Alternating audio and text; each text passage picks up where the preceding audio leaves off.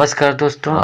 आज इस वीडियो में मैं आपको बताने जा रहा हूँ नाभि दर्शना अप्सरा साधना। इस साधना के बारे में जानना चाहते हैं, साधना को संपन्न करना चाहते हैं, इसकी साधना सामग्री, समय, काल, किस तरफ मुंह करके बैठें, साधना का स्थान क्या होगा और साधना विधि क्या होगी, इन सभी चीज़ों के बारे में यदि आप जानना चाहते हैं तो आप इस वीडियो पे बने रहें। साथ में चैनल पे पहली बार आए हैं तो चैनल को सब्सक्राइब कर लें, साथ में जो बेल आइकन उसको क्लिक कर दें। धन्यवाद दोस्तों। ब्रह्म साधना से भी आवश्यक और उसे करने से पूर्व अप्सरा साधना साधक को करना चाहिए। इसका मतलब क्या हुआ? यदि आपको ब्रह्म साधना करना चाहते हैं उससे पहले आपको ये साधना करनी चाहिए, ठीक है। और अब ये नाभि दर्शना जो साधना है, सौंदर्य की साक्षात प्रतिमूर्ति और वय में षोडशी और कोमलता से लबालब कमनीय शरीर जो अपने यौवन से इतराया और प्रेम से सिंचित है, प्रतिपल भीनी खुशबू से नहाया तन नाभि दर्शना के आने की सूचना देता है। और अब इस अप्सरा की काली और लंबी आँखें, लहराते हुए झरने की तरह केश और चंद्रमा की तरह मुस्कुराता हुआ चेहरा, कमल नाल की तरह लंबी बाहें, सुंदरता से लिपटा हुआ पूरा शरीर एक अजीब सी मादकता बिखेर देता है।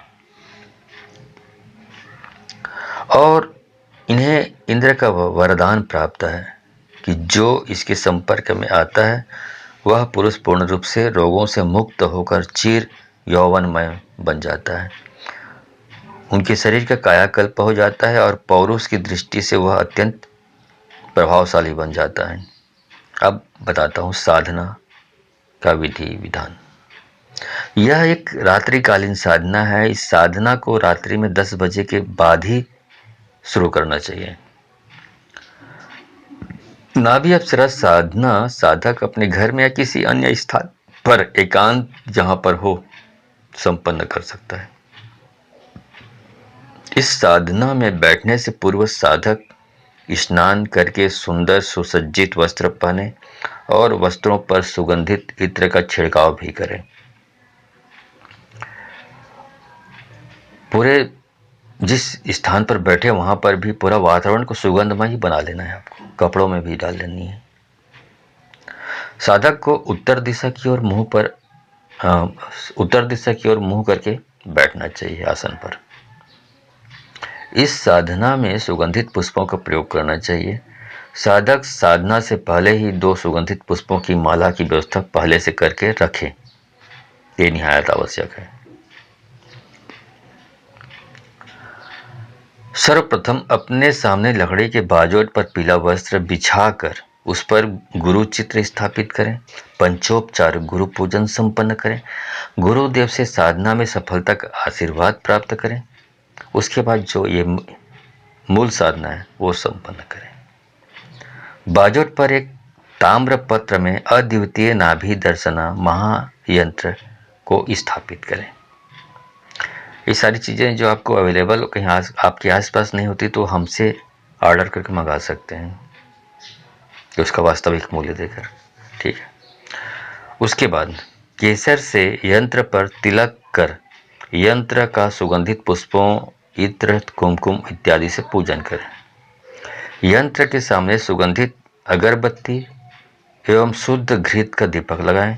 इसके बाद हाथ में जल लेकर संकल्प करें कि मैं अमुक नाम, अमुक पिता का पुत्र, अमुक गोत्र का साधक नाभि दर्शना अप्सरा को प्रेमिका रूप में सिद्ध करना चाहता हूँ, या जिस रूप में आप सिद्ध करना चाहते हैं, जिससे कि वह जीवन भर मेरे वश में रहे और मुझे प्रेमिका की तरह या बहन की तरह या माँ की तरह जो भी हो की तरह सुख आनंद प्रदान करें। तो इस तरह से आपको संकल्प लेना है, ठीक है। और ये संकल्प और विस्तार से आप जानना चाहते हैं तो संकल्प कैसे लें, ये मेरा अलग से वीडियो है। उस वीडियो को आप देखें तो उसमें संकल्प कैसे लिया जाता है या पंचोपचार पूजन कैसे किया जाता है, वो भी मैंने बातें विस्तार के साथ बताया अलग से वीडियो में, वो आप देख सकते हैं चाहें तो। ठीक, अब इसके बाद क्या करना है आपको? इसके बाद नाभि दर्शना अप्सरा माला से जो भी मंत्र बताने जा रहा हूँ, जपूंगा, बोलूँगा, उसका जाप करें।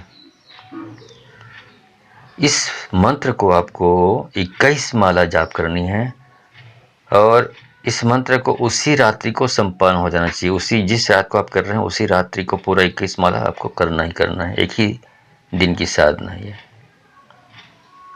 ठीक है, मंत्र इस प्रकार है, ओम एम श्रीम नाभि दर्शना अप्सरा प्रत्यक्षम श्रीम एम फट। जब आप साधना करते रहते हैं, इसी बीच में घुंघरुओं की आवाज़ आवे या किसी प्रकार का स्पर्श कोई आपको स्पर्श करे तो आपको डरना नहीं है, आपको विचलित नहीं होना है या अपना ध्यान नहीं हटाना है साधना से, बल्कि आपको 11 जो आपका 21 माला जो मंत्र जाप एकाग्रचित होकर संपन्न करना ही करना है। इस साधना में जितनी भी ज़्यादा एकाग्रता होगी उतनी ही ज़्यादा सफलता मिलेगी। ध्यान भंग नहीं होना चाहिए, इस बात का विशेष ख्याल रखें। 21 माला मंत्र जब पूरी एकाग्रता के साथ संपन्न करने के पश्चात अप्सरा माला को साधक स्वयं के गले में डाल ले, पहन ले उसको। उसके बाद सुगंधित पुष्पों की एक माला को यंत्र पर चढ़ा दें और दूसरी माला भी स्वयं के गले में डाल दें। मंत्र जाप की पूर्णता पर साधक को यह आभास या प्रत्यक्ष होने लगता है कि अप्सरा घुटने से घुटना सटाकर बैठी है। जब साधक को यह आभास या प्रत्यक्ष हो जाए तो साधक नाभि दर्शना अप्सरा से वचन ले कि मैं जब भी अप्सरा माला से एक मंत्र जाप करूंगा, अप्सरा जाप करने के बारे में है कि जब भी आपको जाप करूंगा, आपको बुलाऊंगा तो आप मुझे मतलब प्रत्यक्ष दर्शन देगी। ठीक है, तो ये इस तरह से आपको वहाँ पे वचन ले लेना है। ठीक है, मैं जब भी अप्सरा माला से एक मंत्र जाप करूं, जब तुम्हें मेरे सामने उपस्थित होना है और मैं जो चाहूं वो मुझे प्राप्त होना चाहिए। पूरे जीवन भर मेरी आज्ञा का उल्लंघन नहीं होना चाहिए, मेरी आपको बात माननी है। इस तरह से आपको वचन ले लेनी है। तब नाभि दर्शना अप्सरा साधक के हाथ पर अपना हाथ रखकर वचन देती है कि मैं जीवन भर आपकी इच्छा अनुसार कार्य करती रहूंगी। तब इस साधना को पूर्ण समझें और साधक अप्सरा के जाने के बाद अपना साधना स्थल, जो भी स्थान जहाँ पर वो बैठा हुआ है, उस आसन से उठ खड़ा होना चाहिए। उठ जाइए। अब साधक को चाहिए कि वह इस घटना को केवल अपने गुरु के अलावा और किसी के सामने स्पष्ट न करे, अपने डेंगे नहा के अपना बखान न करे, क्योंकि साधना ग्रंथों में ऐसा ही स्पष्ट उल्लेख आता है कि ज़्यादा प्रचार करने से, प्रदर्शन करने से साधना का स्तर समाप्त हो जाता है, वो सब पूरा समाप्त ही हो जाता है कई बार। तो साधना संपन्न होने पर नाभि दर्शना अप्सरा महायंत्र को अपने घर में किसी गोपनीय स्थान पर रख दें। जो गले में अप्सरा माला पहनी हुई है वह भी अपने घर में गुप्त स्थान पर रख दें। हर किसी को दिखाते नहीं फिरना इस चीज़ों को, जिससे कि कोई दूसरा इसका उपयोग न कर सके। जब भी नाभि दर्शन अप्सरा को बुलाने की इच्छा हो तब इस महायंत्र के सामने अप्सरा माला से इसी मंत्र को जो मैंने बताया था उसकी एक माला जाप कर लें। अभ्यास होने के बाद तो यंत्र या माला की आवश्यकता भी नहीं होती, केवल मात्र 108 बार आप मंत्र जाप करेंगे। अभ्यास होने के बाद की बात कर रहा हूँ। तो जब भी आप 108 बार आप मंत्र जाप करेंगे तो उसके बाद वो खुद सामने में उपस्थित हो जाती है, प्रकट हो जाती है, प्रत्यक्ष हो जाती है।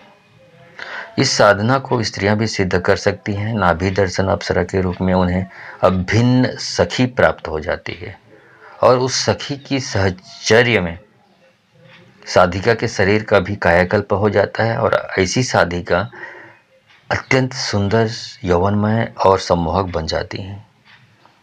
वास्तव में ही ये साधना बालक या वृद्ध किसी भी वर्ण जाति का व्यक्ति या स्त्री संपन्न कर सकते हैं, और यदि विश्वास और श्रद्धा के साथ इस साधना को संपन्न करें और तो अवश्य ही पूर्ण सफलता प्राप्त होती है।